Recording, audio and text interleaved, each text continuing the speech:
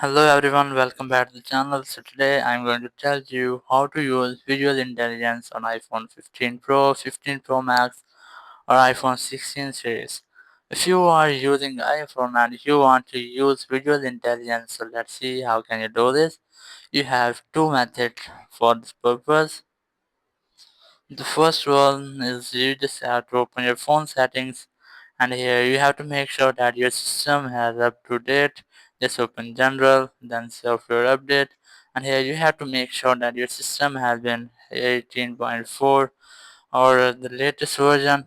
And after doing this, you just have to go back and here look for Apple Intelligence and Siri. There's that, tab on it, and here you have to make sure that this setting has been enabled. And after doing this, just go back, and here you'll get the option of action button. Here's the action button. You just have to need this button to use visual intelligence. So we're going to use it. First, you have to select the action button, and here just scroll to the fourth option, which is visual intelligence.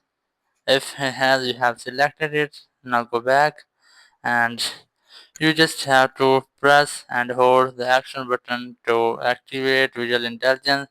So just do this, press and hold the button, and here you can see visual intelligence has been activated. So that's how you can turn on visual intelligence. And after doing this, you have the second method, which is you have to scroll down in control panel, and here you have to add the feature of visual intelligence. So let's see how can you do this. First, you have to tap on the plus icon in the left right corner, just tap on it, and then tap on add a control, and here you have to look for visual intelligence. If you won't find it, just go to search and look for visual intelligence. Here's that, tap on it, and it will be added to your control center. Now tap on any empty place and select it to activate visual intelligence. So that's how to use visual intelligence on iPhone. Thank you very much for watching the video. Until the next video, bye bye.